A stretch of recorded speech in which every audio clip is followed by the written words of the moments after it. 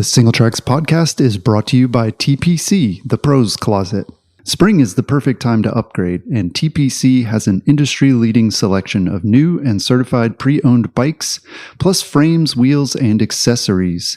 Each certified pre-owned bike is inspected, tested, and serviced, and every bike includes 30-day returns.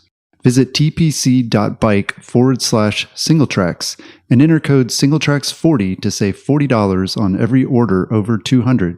That's the Pros Closet at tpc.bike/singletracks, and look for the link and coupon code in the show notes. Hey everybody, welcome to the Single Tracks podcast. My name is Jeff, and today my guest is Wende Cragg.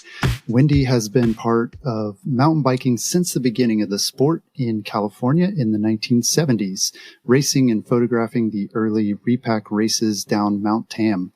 She was inducted into the Mountain Bike Hall of Fame in 1989 and curates the Rolling Dinosaur Archive, which chronicles the birth of mountain biking. Thanks for joining me, Wende. Oh, I'm honored to be here. Thank you so much for inviting me. Well, tell us a bit about your introduction to mountain biking. Was it love at first ride when you went out? Quite the contrary. I was coaxed unwillingly into mountain biking, and it wasn't even called mountain biking then. It was called clonking, so that kind of gives you an idea of our primitive machines.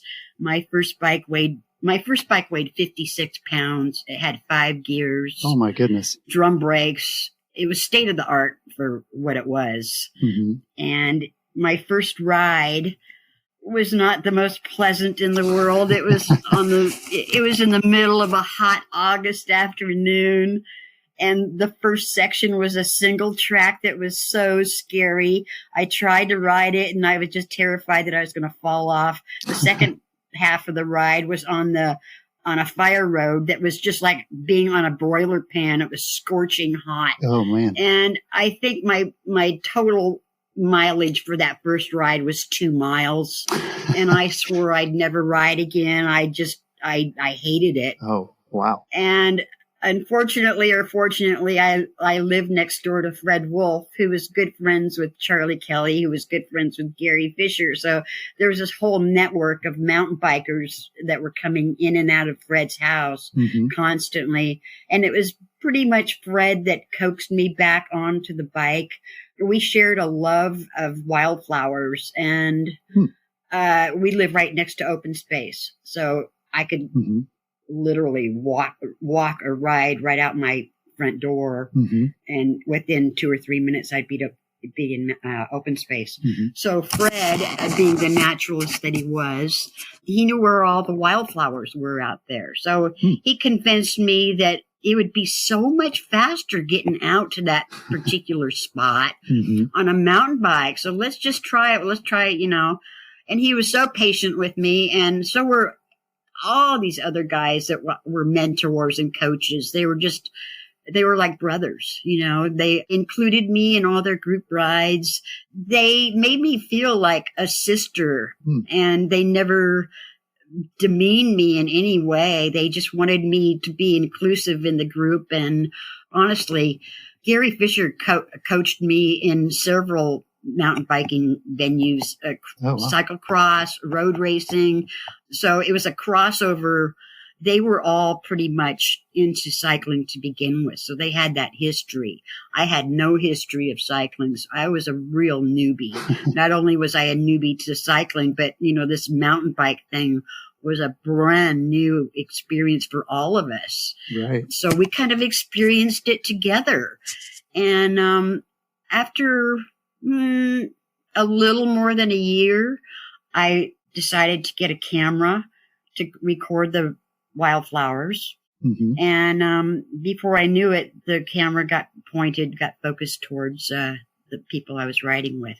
And that included a huge, diverse group of people. It turned out it was all those guys that were doing the technological advancement of the sport for its time.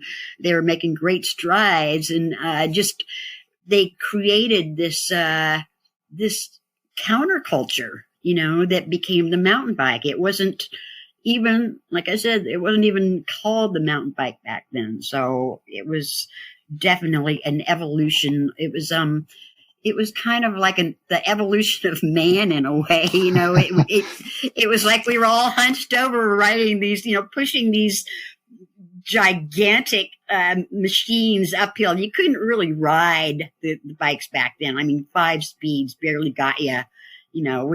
We'd grunt and push and just do what it took to get to the top of these climbs. And then we'd get to the top of these climbs and we'd have this great party, this celebration, It was a group effort that we all celebrated. And then of course the ride down, was a thrill in itself. But for me, it was always that group effort of getting to the top and feeling almost like you'd conquered Mount Everest, because it really was. Right. A lot of times we'd be out there all day, just focusing on the next adventure, what fork in this road are we going to take? Where does this, because we had no GPS, we had no cell phones, we just went by instinct. Are we going north, south, east, west, whatever? Let's, venture off this trail and try this. And so it was all an experiment for us. It was just a gigantic counterculture experiment. So yeah, we had a great, great time. And in reflecting, it even occurs to me more and more as we get near whatever is going to be the 50th anniversary. I'm not exactly sure when that's going to be celebrated because no one has a timeline to show this is the exact moment that the mountain bike was created, because it was such a genesis, like an organic soup. And fortunately, we had this Marin County, such a hot spot of creative minds, idealists, visionaries. And together, it just kind of formulated and just became what it is. And it kind of blows my mind, to think, to step back and realize that I was part of that in some way. And I used to say I was in the wrong place at the wrong time because I never wanted that kind of attention. But realizing what those photographs chronicled is astounding to me, because I captured not just the people and the places, but this feeling. I was able to just on film capture that childlike innocence that we had no restrictions at all. We had the whole place to ourselves, and no one knew what a mountain bike was, There were maybe collectively a couple dozen in Marin County, throughout the whole county. So there were little nucleuses of riders in Larkspur and Ross in that area, and then others in Tiburon and Mill Valley. So it was spread all over the county, but we really didn't know much about where, the others were or what they were doing until Repack. And then I think I heard Charlie say that it was Repack that really gelled the community, the little mountain biking community, the clunker community together. Yeah, we quickly realized that we were not the only people doing this, Right. They were they were doing basically what we were doing. So it was an eye opener. Definitely. And then especially when we went to Colorado, and as we branched out, we learned more and more that, boy, this is something that could eventually catch on. Of course, none of us realized how much it was going to catch on, or that it would even be of the international scope that it is today. It's a jaw dropper, Right. to think that, because like Charlie said, it was kind of formulated right here in Marin County. It's probably been happening. Well, it has been happening because people always rode on dirt because there was no, pavement back in the day. Right. But to see that it actually was something that caught on like it did, it really caught fire here in Marin County. And most people were riding what I probably would describe as woodsy bikes, which are the appropriate term.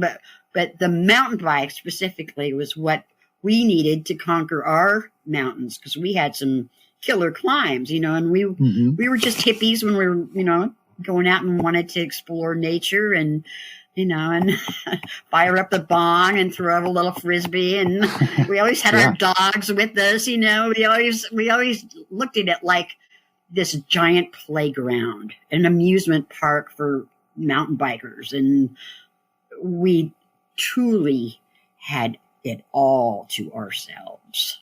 Yeah, that's so cool to imagine. And, you mentioned those photographs that you took and, now those are iconic pieces of mountain bike history. I mean, that's how we can kind of imagine what it was like back then. When you were taking those photos, did you just imagine those were like, for you personally, maybe you'd share them with friends, or did you think maybe there would be a wider audience or interest in it eventually? It never occurred to me that there might be this kind of attraction and excitement about this. Mm-hmm. I was definitely taking them for my own personal use and just as a little memento, to have for myself. And Repack kind of cemented the whole photography thing for me because it became a weekly event and people clamored to have their picture taken. So we became kind of a popular oddity, Yeah. Did you think of yourself as like a journalist at any point where did you finally kind of flip the switch and say, hold on, like this is getting pretty big and I want to document it? Or was it always just kind of for your own personal gratification? It was pretty much to share among our small group. It never occurred to me that one day this might really take off and might be of some historical value. It never once occurred to me. Yeah. But as I look back, it's like looking through a fisheye lens and seeing, wow, not only were these photos significant, but some of the people that are caught on film that are no longer with us, that's a real valuable asset to me to have that, because they contributed so much to our sport and a lot of times they weren't given the credit where credit was due. So I'm glad that I got those people on film to show that they really were there. Right. Yeah. Well, yeah. I mean, it's so cool to me that we're at a point in our sport where we can still talk to a lot of the people who are there. And, we have these color photographs and everything. I mean, it really is, it's pretty amazing for mountain biking as a sport to have that. Well, living in Marin County, we have the bike museum here. And like I said, I visited yesterday, but we also have a lot of these pioneers that live within 5 miles. I'm talking Charlie Cunningham and Charlie Kelly and Joe Breeze and Jackie Thalen and Otis Guy and just scads of people. So my goal in the very near future is to have coordinate with the bike museum and do something called a speaker series called Chewing the Fat. Oh, cool. And getting all these old diehards together just for a couple of series of just recollecting and remembering what it was like and telling their stories and telling their reason for staying with the sport. Oh, because a lot of them are still riding today and they're still involved, deeply involved, either with education or just nonprofit. They're just doing their share. They carry on that love, that passion, like Charlie Kelly or Joe Breeze and Otis and all these people are doing this volunteer stuff to educate the public about what it was like. And it just didn't evolve from nothing.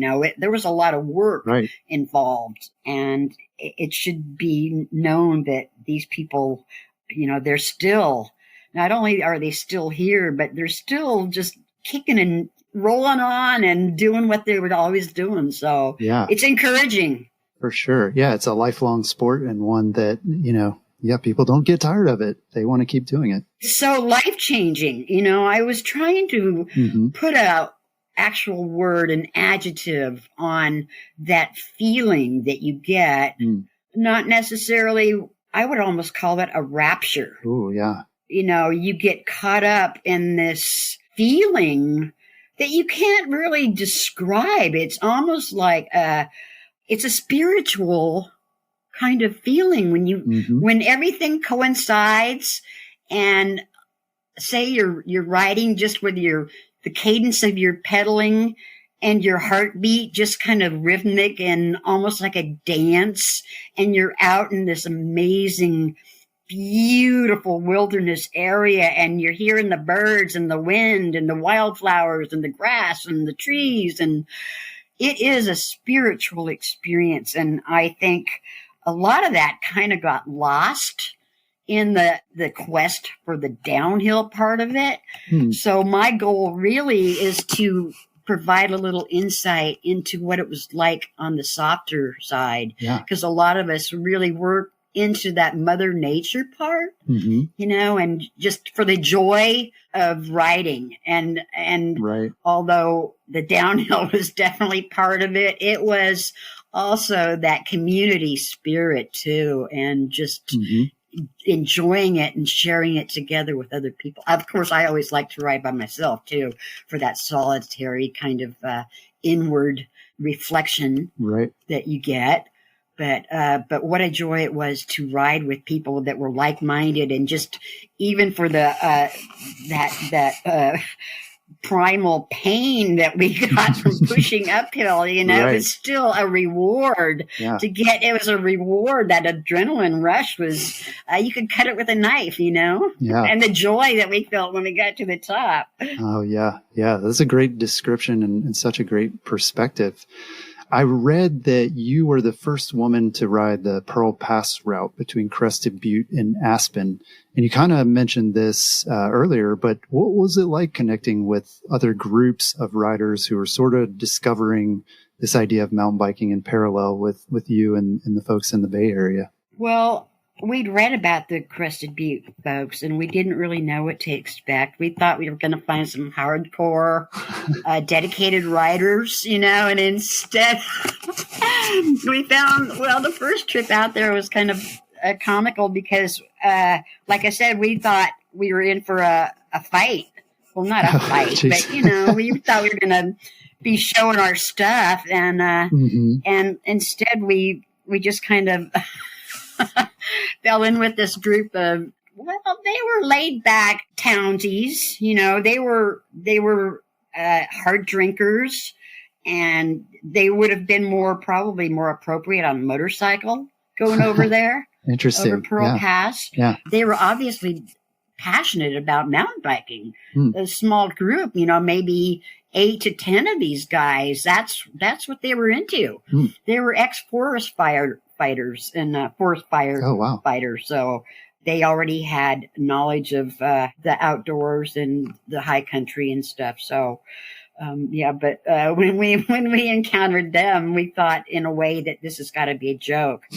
And they were so impressed with us. We became instant stars the instant we drove into town. It was like, we got interviewed on the radio within an hour, and we were on the front cover of the newspaper the next day. It was like, they thought we were the hot stuff. Wow. Why did they have that impression? I mean, they had heard about you through various media, or was it like the bikes you brought, or what was it that impressed them? It was everything. The bikes we brought, our will, obviously, to show up and to drive that distance. You know, that was, we had to rent a car. It was just the three of us. And then we met Gary Fisher at the airport. And it was, you know, the California contingent was a strong one. You know, there were some hardcore, you know, of the 4 or 5 of us, there were some hardcore riders. And it was kind of funny because I think it was the first or second time we did Pearl Pass. And the night before the tour, Joe and Charlie, and I think Gary was there, we were cruising around on our bikes through town. And there were a couple of guys from Texas, and they'd heard about the tour, and they saw me, and they quickly assumed that I wasn't going to be riding it.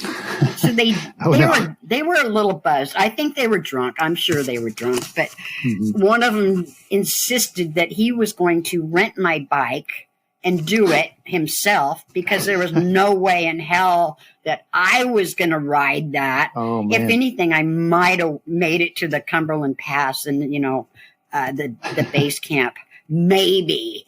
But but I think that the guys were sort of impressed that I had made that ascent, because it was not easy. It was not easy at all. There was surely no air up there. Yeah. It was impressive, though. Yeah. Well, I mean, what did you think when that guy was saying those things? I mean, did that make you angry, or did you just kind of brush it off? Oh, no, we just laughed. We totally laughed it off. But the truth is, the more I laughed at him, the more insistent he became. And I think he was losing face in front of his other drunk friends. And so he got a little more insistent and a little more maybe disrespectful, but I think it was all in jest too. So I laughed it off. I knew there was no way in hell I wasn't going to ride, so it didn't really affect me. So, well, yeah, I mean, you mentioned those early rides and a lot of the guys really encouraging you to come out, and it seems like, here you are 40 years later, and a lot of people are still trying to make mountain biking feel inclusive for everyone to join in. But, there's challenges to that. So why do you think that is still such a challenge and a thing that we really have to work at?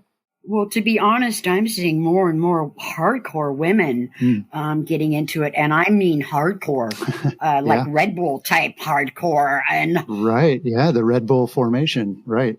I am astounded, and I am so encouraged and impressed and really just blown away. And I get a little wistful. I feel almost like, wow, look what happened.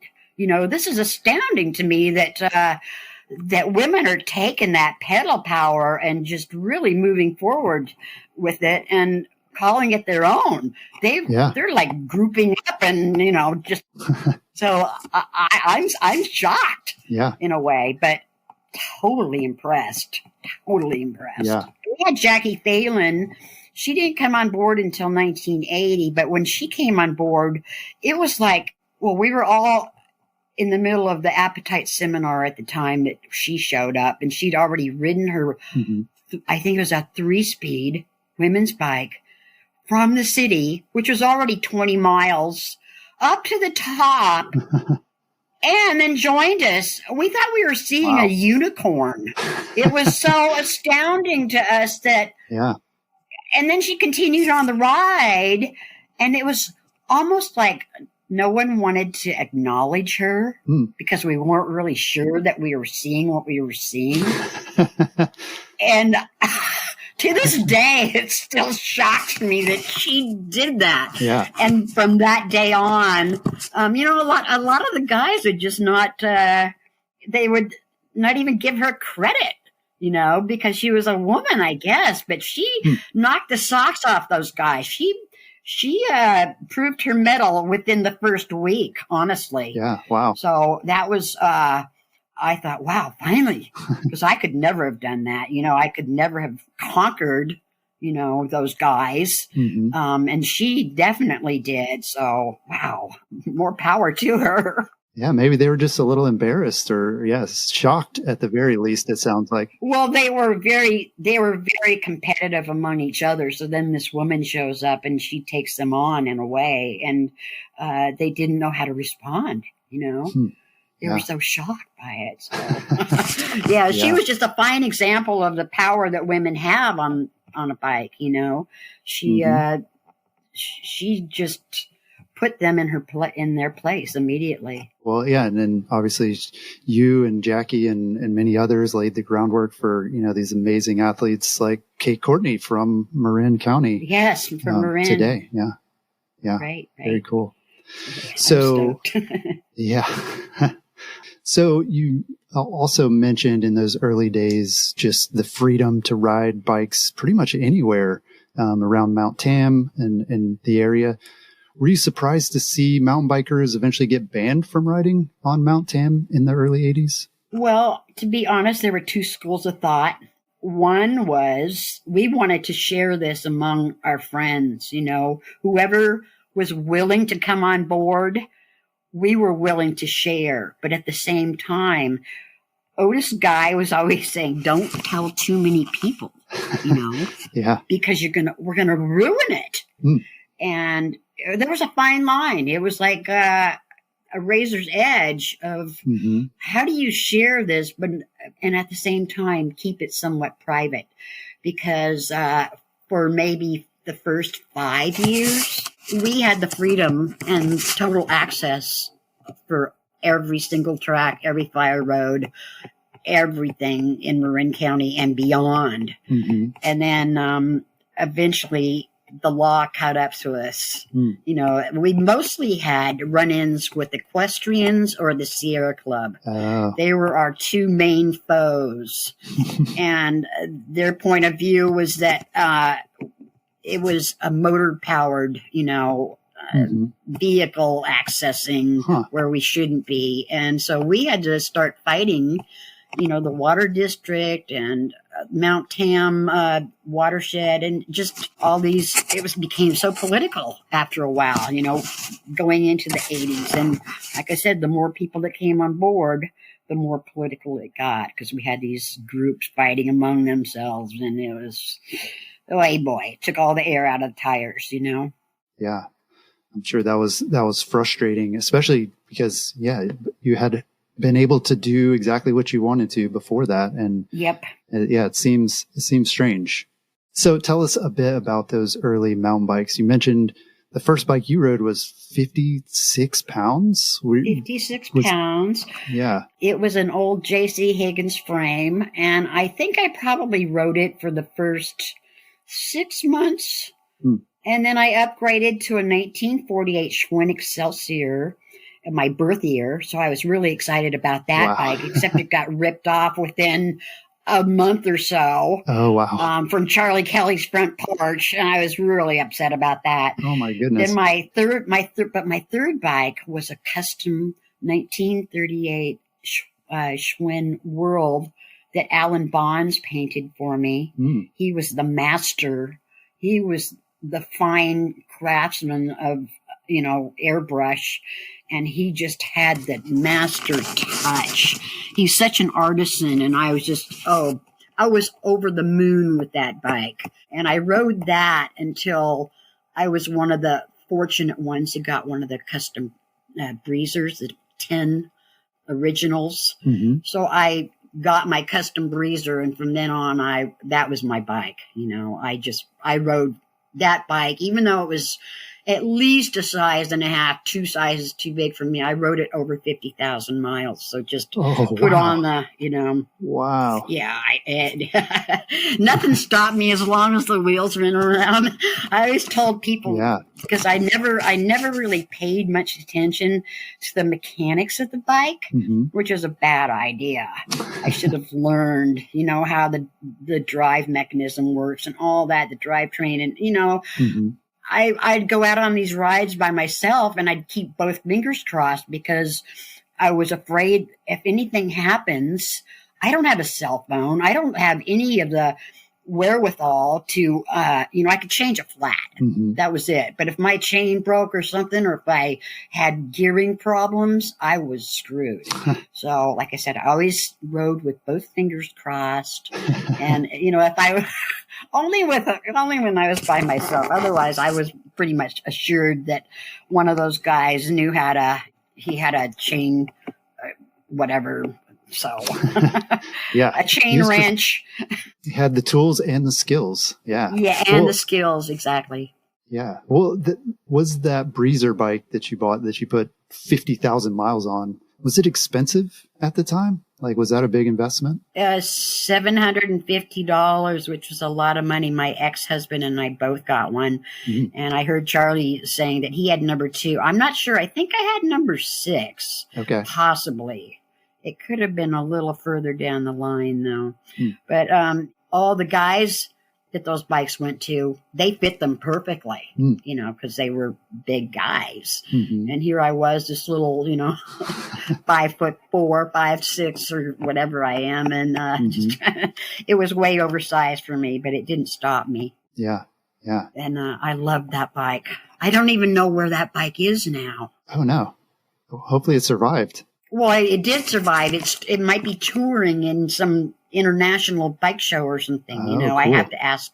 I should ask Joe where that bike went because, I think the proto bike is in the Smithsonian, I believe. Oh, wow. Wow. What an honor. I think it is. Yeah. I think it is. Yeah. Do you think that today's mountain bikes make the sport more appealing or accessible for people than some of those early bikes? Oh, absolutely. Absolutely. It was almost impossible to get a woman on board back in the day. I was the only woman for the first 3 or 4 years. And as hard as we tried, we couldn't really get it to stick with any woman. She just would fall off. And, of course, we didn't make it easier, on them by starting them out on the easier. We always started, let's ride up Mount Ham for your first ride. No. Right. And there were no shuttles. I mean, I guess you couldn't drive to the top and let somebody just coast down. Yeah. No. Well, we did that in the beginning. We did have that luxury in the beginning, but then eventually, at least for me, it was more of the reward to get there yourself. Mm-hmm. You valued the experience a lot more if you had to suffer for it. I thought suffering was part of the whole plan. So, a little suffering, 50% suffering, 50% pleasure. So it was a mixed bag. It's a good mix. Well, that leads me to my next question, which is, what do you think of electric bikes? I mean, obviously that's meant to eliminate some of that suffering. You think that's a good innovation, or is that not really necessary? Well, I'm kind of on the fence about this because I want people to get out and out of their cars. Right. And I think that's really healthy and beneficial to the planet. Mm-hmm. But at the same time, I think people need to have basic mountain biking skills. Mm-hmm. And I think if you jump on an electric bike, you just automatically think, oh, I can do whatever these mountain bikers are doing, right. And I got the power to do it. Mm-hmm. So I haven't really made up my mind. I'm just kind of, I'm just going to wait it out and see how it goes. It's getting really big in Marin County. So yeah. Have you ridden one? No. I'm kind of stuck in the old world, I'm stuck. I think I have an 86 Custom Breezer, which is my go-to bike. I mean, I love that bike. So you still ride that bike? I love that bike. Oh yeah, that's my go-to bike. And I also have an upgraded, the high-tech Breezer. Mm-hmm. And I haven't really put much mileage on that bike. Mm-hmm. I'm kind of intimidated by it. It's almost too high tech for me. Mm. I'm old school. I like, my Breezer is for me, my own. That's my ride. Yeah. Wow. That's really cool. Well, so obviously a lot of the folks you rode with in the 70s went on to start mountain bike businesses. Gary Fisher, Joe Breeze. What was it about those guys? Were they like entrepreneurs beforehand? Was this did this make sense for them? Or was it kind of like, they found themselves there and then said, hey, maybe we should do something? I think it was a slow start. I think it was an eye-opener only after they had put in a couple of years, and maybe stepped back a little and saw where it was going. It's kind of funny because I always like to think that because Joe and Otis and Gary were also road riders and racers. Right. And I was a road rider racer too. And when Joe first made his proto mountain bike, we would take it. He would bring it to these races. And after the race, he'd whip it out of the van and people would kind of look at it a little bit, but they weren't really acknowledging the bike.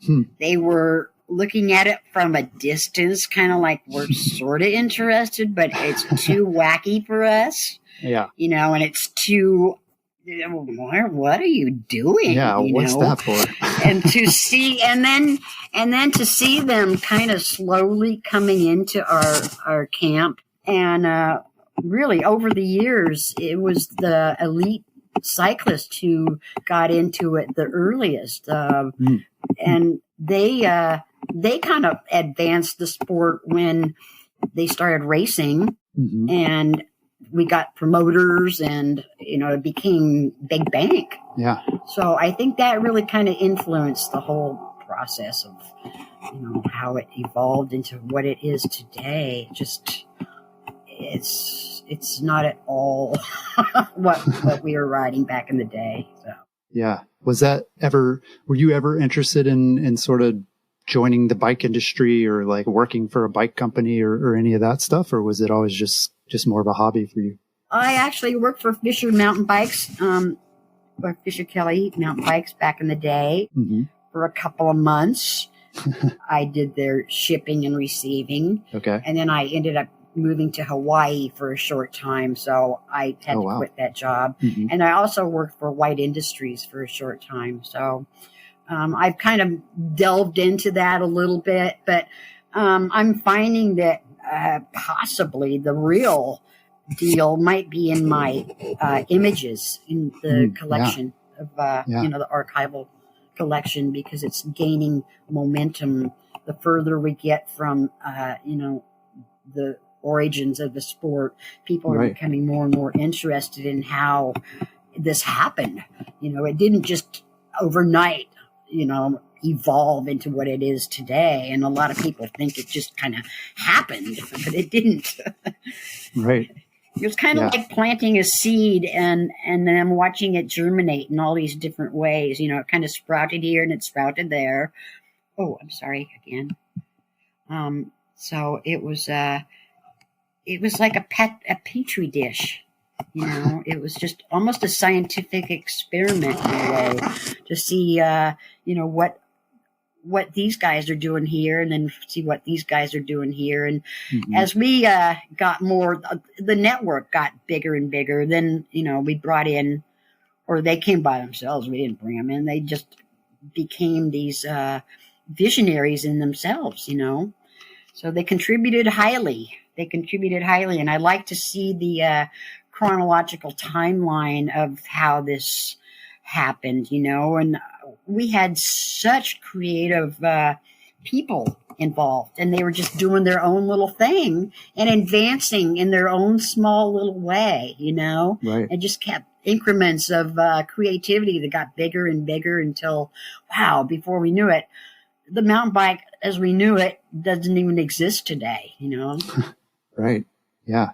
Yeah. That is really interesting to think about how people were working on so many different parts of that and solving different problems, making bikes lighter or, more rugged, or even, now people talk about trail building. I mean, I'm sure that wasn't on anybody's radar in the early days of saying, how should we build trails for bikes? Because it was really just about let's ride the things that already exist. And so, it's been a real explosion. Well, actually, back in the day, we kind of did do a little bushwhacking of our own, and we'd go out there with the hedge clippers, and Fred would bring his chainsaw occasionally, and we'd build our own little trails, but they were mostly like little mini connector trails that would get us from one trail to the other. They weren't major advanced networks like there are today.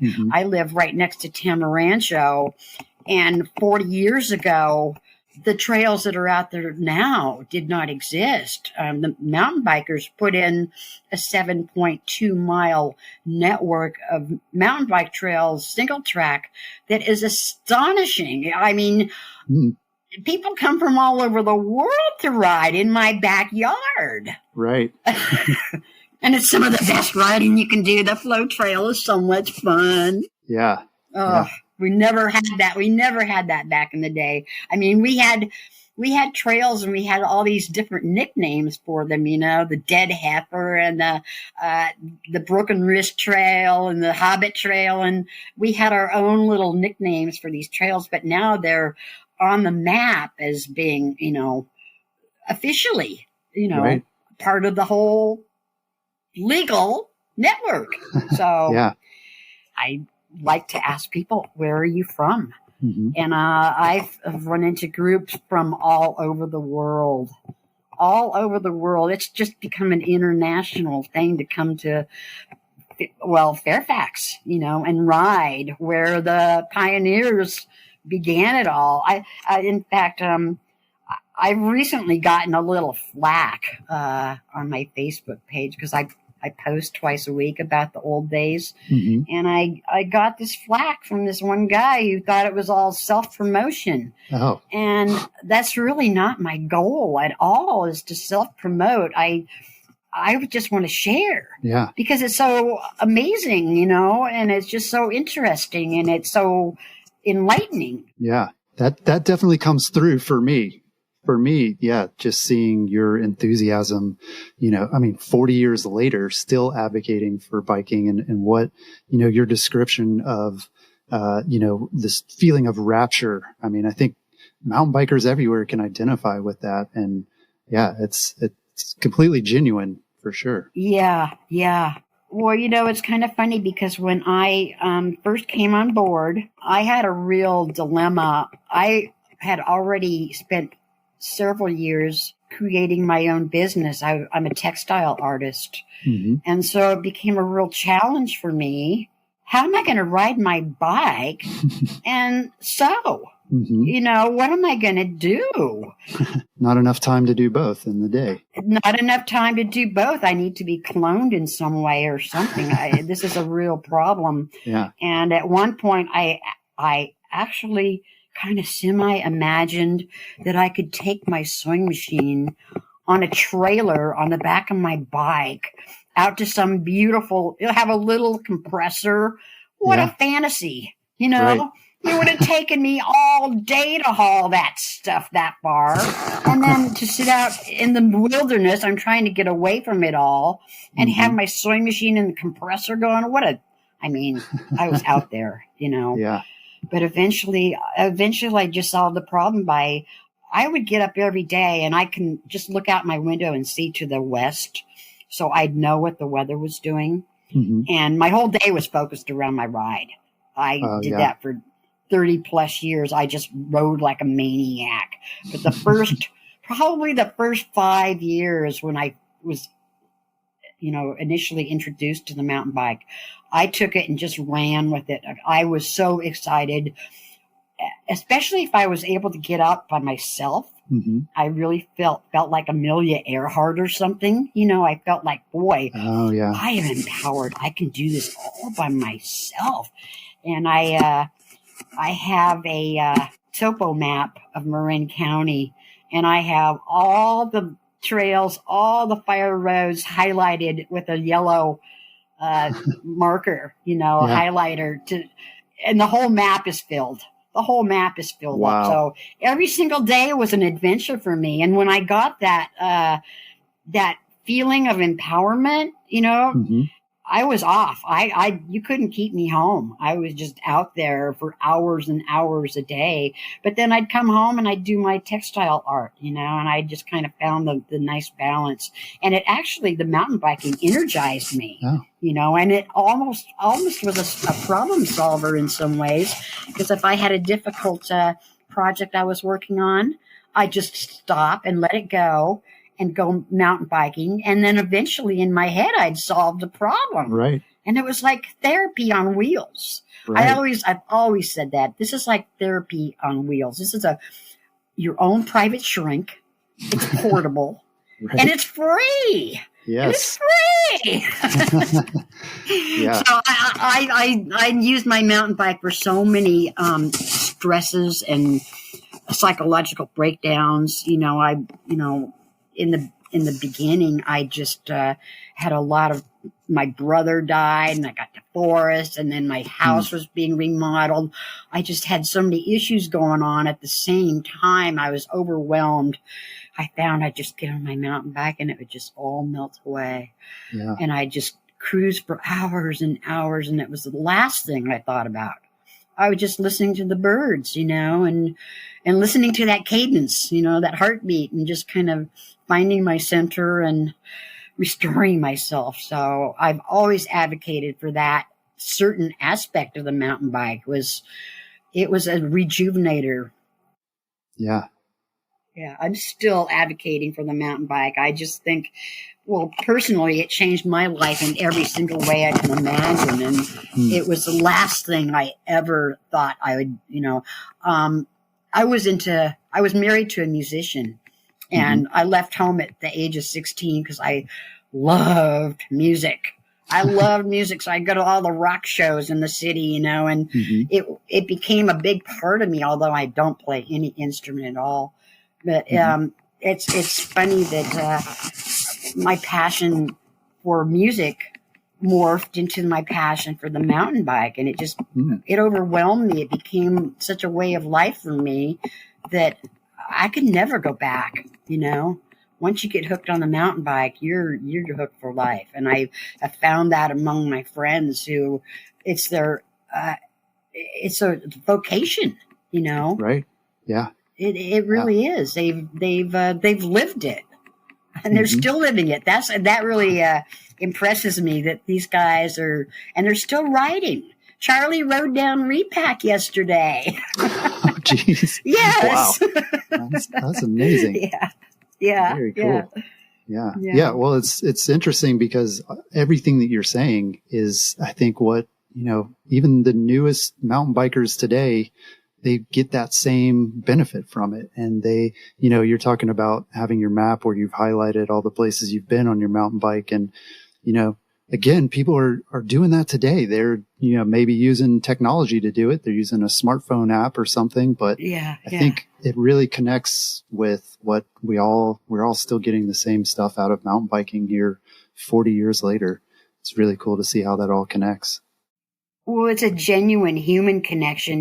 We're all connected to Mother Nature, and we've kind of turned that off. We've become so oriented to today's technology that we forget that we're really just basic human beings. So we need to reconnect with where we came from, and that's Mother Nature. I've always advocated first and foremost for Mother Nature. I went to school and studied in the earth sciences. I wanted to be an oceanographer, a marine biologist.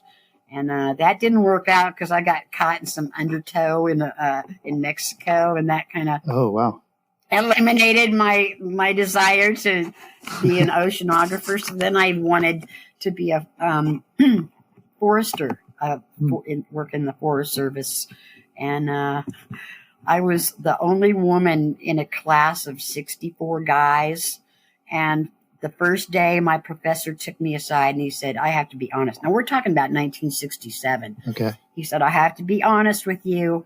There are no positions for women. Oh. You're either going to be a secretary, you're going to clean the latrines, or you're going to be a cook. There's nothing else for you. He said, I have to break the news to you. That's just the way it is. It's a man's world. And I just was shattered. Oh, Jesus. Oh, here I am back to square one, But I've never lost my love for the outdoors and that high country experience. I'm one of those people who loves the high mountains and the pine trees and that, oh God, that, that crystal clear alpine lake. That's beyond my expectations for nirvana, Yeah. I know some people like the desert or the ocean or something, but for me, it's alpine. So this suited me perfectly. Yeah. And in spite of how difficult it was and the pain involved, it was it was an enchantment. It really was to have that experience and just, it was almost like you were gifted. We were gifted that we were almost the special ones. In a way, we were. Yeah, we were just the chosen few, the golden ones. Yeah. I hate to say, it sounds elitist, but we all just happened to be in the right place at the right time, and it just gelled. Right. There was no form or function in what we were doing. It just kind of happened all by itself, just, it was, I don't want to say it was a mistake, but it was a beautiful thing that happened. Yeah. Yeah. I mean, I always have said too, like in talking with Joe Breeze and Charlie Kelly and some of those folks, I asked them, could mountain biking have been born anywhere else? Like it seems like that Bay Area, there is just something, it's the nature, it's the people, a lot of things have come out of there. The whole technology industry, kind of came out of the Bay Area as well. And so it does seem like there's something in the air that's special there. And, hard to kind of put your finger on. Yeah, it's a real hotbed for creativity here. I just see it all the time, whether it's, artists, musicians. It just happens to be a great place to live. I'm born and raised, I was born in Berkeley, so I haven't gotten too far, just across the bay. You don't really need to leave this area because it's just so unique in its uniqueness. Marin County specifically, you can go from the redwoods to the ocean, to Mount Tam, to the lakes. You just such a wide variety of, natural beauty that you're not left for anything. You don't want any more. Mm-hmm. So we were satisfied in every way. Yeah. We got a little of everything. Yeah. Yeah. Well, what do you hope people get out of seeing and experiencing the Rolling Dinosaur Archive, your project that is online, but it's also in person, right? You've done some exhibitions. What do you hope people get out of that? Well, it's amazing. The slides, the images have been used all over the world. They've been used in the Olympics, CBS News, Walt Disney. They've been used in so many different publications. Of course, Clunkers, the movie Clunkers was great. Yep. And Charlie Kelly's Fat Tire Flyer. I always recommend those two, the Fat Tire Flyer and the Clunkers. Mm-hmm. Those two, the publication and the cult film now, they tell the story beautifully, I think. And they've both used my images. So the narrative plus the images and just you can feel the passion in both of those, the media, the love for the sport and how it just engaged us. And I think we were made better people. I do. Yeah, I think we just gained such insight into something so valuable and so simple. Mm-hmm. And my greatest pleasure is that it reignite that childlike flame, because I didn't get into it until I was 27, which seems kind of old. Mm-hmm. But I was already a kid at heart, and it didn't take much for me to just, this is great, this is this is really fun. So it just kindled it, Yeah, it was already there. It just kind of re-sparked. Yeah, that's great. Well, looking at sort of where the bike world is today, where do you see like the most connection with sort of the initial parts of the sport? Is it still pretty close to that ethos from when you were getting started, or have things changed in maybe a good way or a bad way? Well, it's hard to say. I see it in both directions. I see that the downhill is getting really radical. I mean, it is so, it's beyond anything. It's beyond the scope of what we could possibly have imagined any bike could have done. I see these guys on the Red Bull, site, and it seems superhuman, right? And physically impossible to do what they're doing, right? But at the same time, it negates, I think, the true purpose of where we were headed back in the day. I know that it was focused a lot on the downhill and Repack and all that, but the true essence of it was really, I think, the softer side of it is just getting out there and connecting, not just with yourself, but with, like I said, Mother Nature. And it was the simplicity of the age, we just, and we were fortunate that we were able to realize at the time what we had, and we just kind of ate it up, we benefited rightly. Yeah, that's great. Well, Wende, thank you so much for taking the time to chat and for sharing what those early days of mountain biking were like and your passion for the sport. So, thank you. Well, it's been my pleasure. I was a little hesitant to, do a podcast. It's my first. It may not be my last, but I had a really good time. And there's interest in the possibility of a film. So I'm scoping that out right now. It would be a film about my images, and how they impacted the history telling, because without those visuals, it would be hard to explain to people what we experienced. It was so rare, right? And you just can't describe it in words, except for the rapture. Right. Yes. Well, yeah. Thank you. We're all so lucky that you were there and that you had that camera and the foresight to photograph it all. Well, and definitely keep us posted on the film project and your Rolling Dinosaur Archive. Yeah, definitely. Well, thank you so much, Jeff. I really appreciate you taking the time and expanding on my my horizons here and letting people know about what I have to offer. Yes, my pleasure. Well, that's all we've got this week. We'll talk to you again next week.